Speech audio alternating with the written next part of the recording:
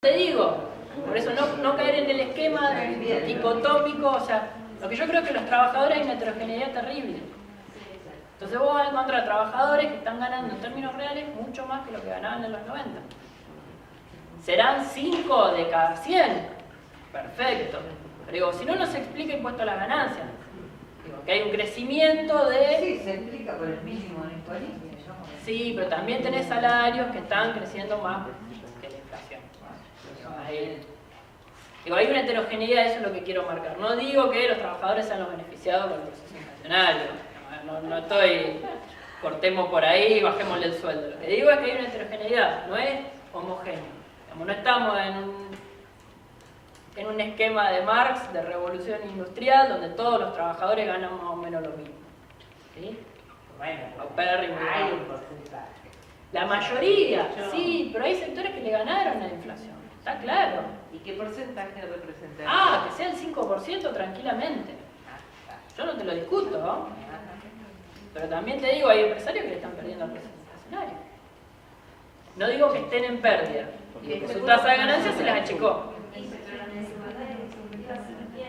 Sí, pero porque también en ese 10% del que más gana, no tenés solo empresario. ¿Tenés muchos trabajadores? Bueno, pero porque vos estás... Bueno, pero tu categoría... Claro, bueno. Cobra un salario. Cobra un salario. Bueno. De las multinacionales cobran salario. El tipo cumple una jornada laboral. O sea, si vos vas a la categoría vieja de proletario, es un proletario, gerente de una transnacional. Es más, tiene estrés laboral, tiene una jornada laboral que cualquier horario. Proletario, no.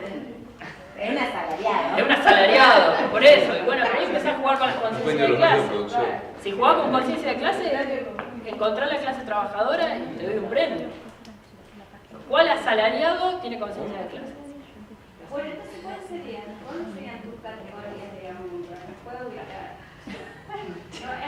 Trabajadores no entiendo lo mismo por trabajador. Para mí, trabajador es aquel que recibe un salario, que está en relación de dependencia. Messi es un trabajador. Sí. Lo que yo te quiero decir es que Messi, bueno, el Messi argentino que juega en el fútbol local probablemente le ganó el proceso inflacionario. El Messi local, no sé quién será el Messi local, un buen jugador, por lo menos que cobra. El salario, el que más gana y el que menos gana, se achicó cerrando la brecha, digamos, en comparación a la década del 90, en comparación al proceso cuando estábamos con competitividad. Con respecto a la década del 90, la brecha no se achicó. A ver, ojo que la década del 90 es un piso. Sí, si te digo... Si querés ser ambicioso, pues... Tenés que vivir esos 80 para encontrar una Claro. diferencia razonable. Claro. Con respecto al acceso a la vivienda, suponete la vivienda única. Ahí vamos. Me quedé en inflación porque en realidad tendría que ir al final porque siempre es el tema que más engancha y el que menos me pensaba dar bolillas. Dale dos más. Esto es, bueno, digamos, en términos de propuesta. O sea, uno puede decir, bueno, ¿cómo ataco el problema distributivo? Políticas sociales.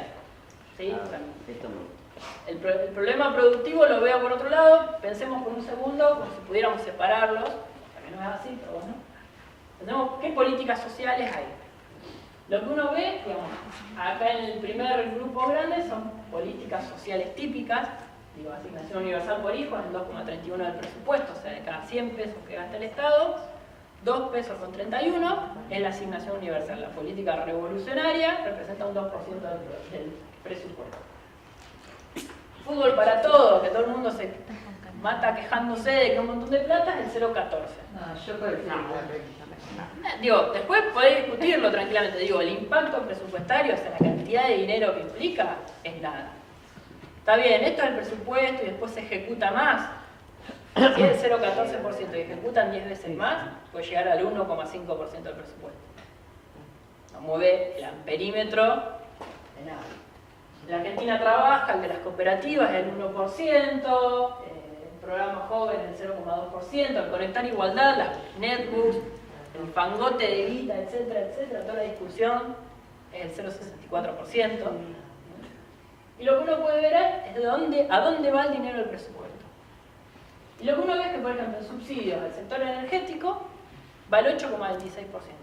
O sea, solo en lo que se subsidia a empresas que básicamente distribuyen energía eléctrica, el sector energético, va mucho más que todas las políticas sociales.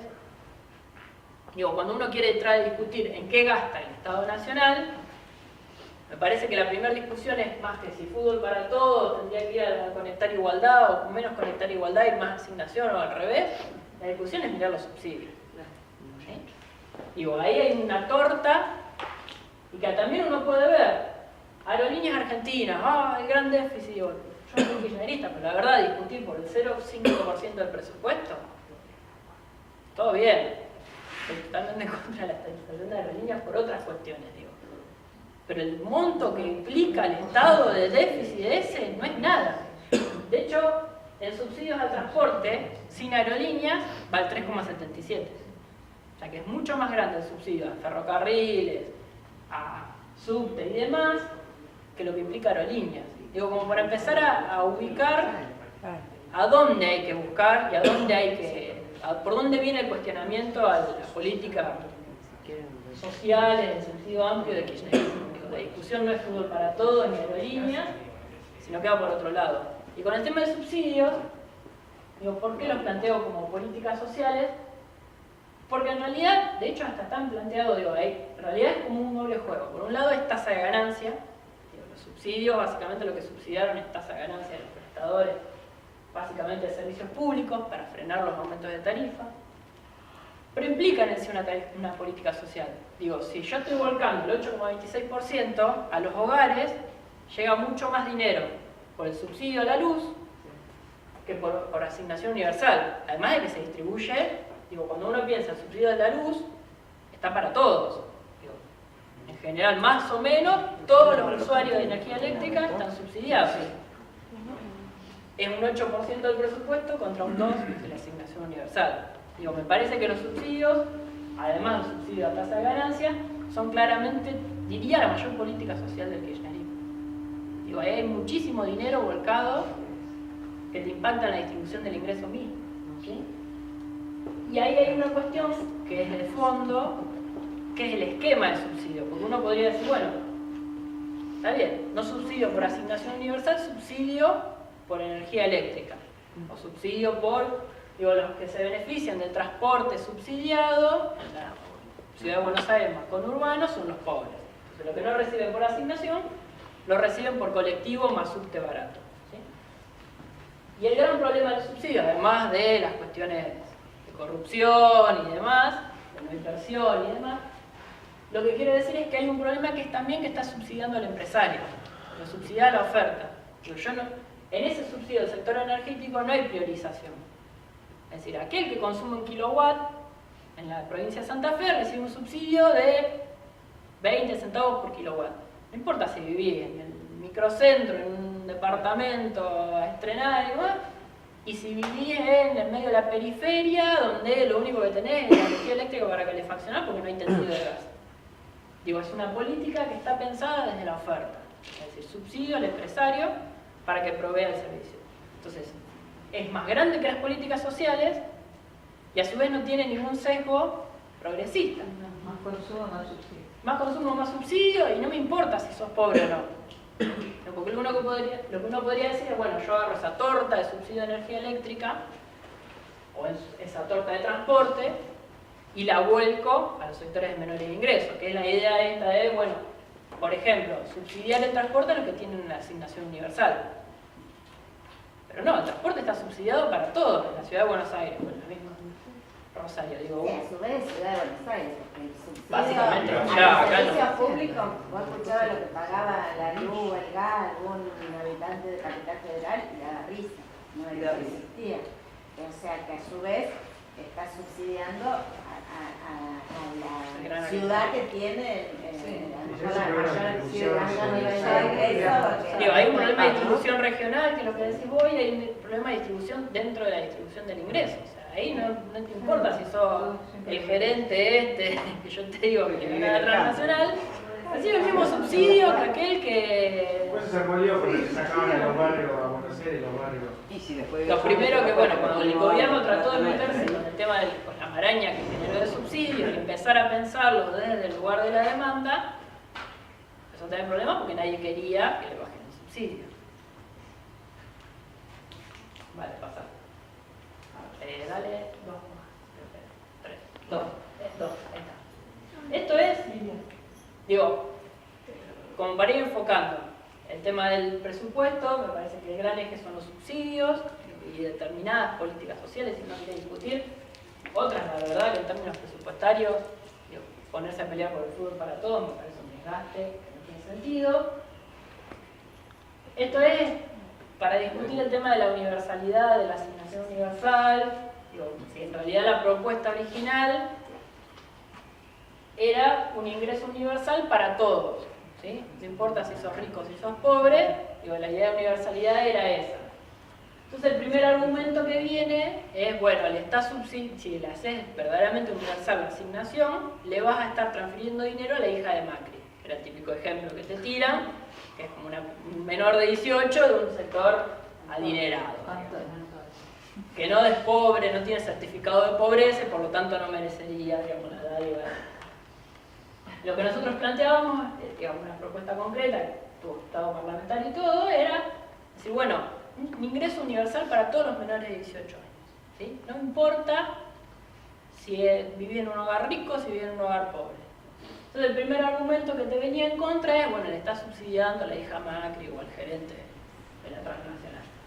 Entonces cuando uno ve, digo, en esta discusión cómo funciona el impuesto a las ganancias y cómo funcionan las deducciones, uno puede plantear tres empleados municipales, digamos, para tomar 3 sueldos públicos, digamos, que tenés acceso.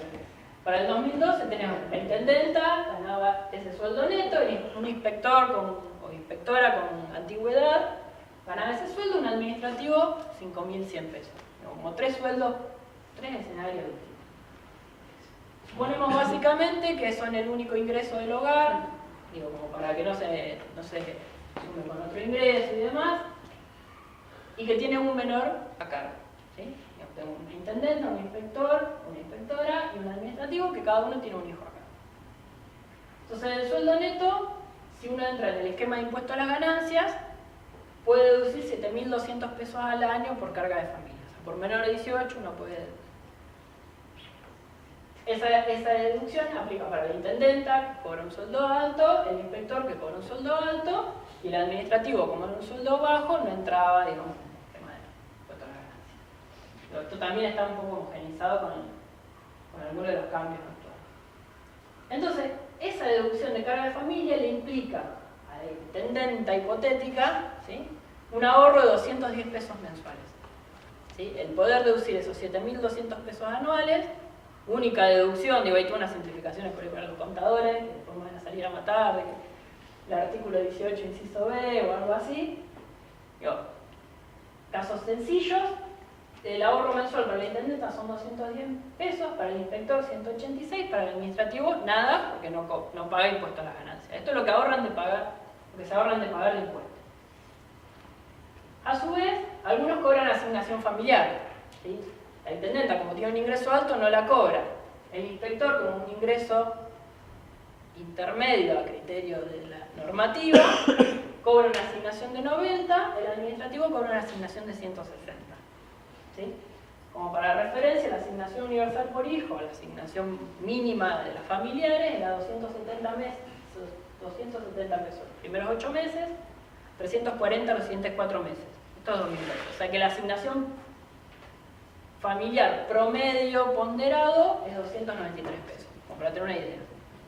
Entonces lo que uno ve es que la intendenta por deducciones no cobra la asignación de 293, pero se ahorra de pagar 210 pesos. El inspector sí cobra asignación familiar y además deduce del impuesto a las ganancias.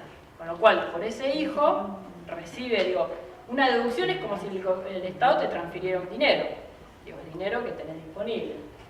Ese inspector, el valor de ese hijo, digo, valor entre comillas, muchas comillas, son 276 pesos. O sea, es la transferencia de alguna manera que recibe del Estado.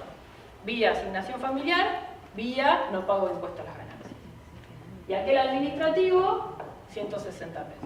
O sea, lo que uno tiene es que esta idea de, bueno, no, le estás transfiriendo dinero a la hija de Macri. La hija de Macri ya está cobrando dinero del Estado, por esa deducción que hace. Digo, el Estado, si bien no le transfiere el dinero, no le cobra 210 pesos de impuestos. Casi lo mismo, digo, de hecho entre 2.93, 2.10, 2.76, 160, hasta uno empieza a ver que el que peor está es el del sueldo medio. Digo, aquel que cobra 5.000 pesos recibe del Estado 160, aquel que cobra 17.000 recibe 2.10. Digo, no hay ningún criterio de progresividad. Digo, la cobertura que hace el Estado por menores de 18 años es anárquica. Y de hecho ya están cubiertos. Entonces, cuando uno plantea, bueno, universalicemos el ingreso familiar, la asignación familiar en serio, o sea, que todos cobren lo mismo, si le vamos a pedir vacunas, que también las presente Macri, su mujer, digo, pero universalizar en serio, porque si no lo que uno tiene es un sistema donde al pobre le pedimos que vaya cada 3 meses a presentar vacunas y escolaridad, y al que deduce impuesto a la ganancia no le pedimos nada. Y encima le estoy transfiriendo casi el mismo monto de dinero. O sea, estás estigmatizando con la política social. Vos demostrame que sos pobre, demostrame que no tenés ingresos, vení cada 3 meses, demostrame que tu hijo está en la escuela, y si vos tenés ingresos altos, no me demostrés nada.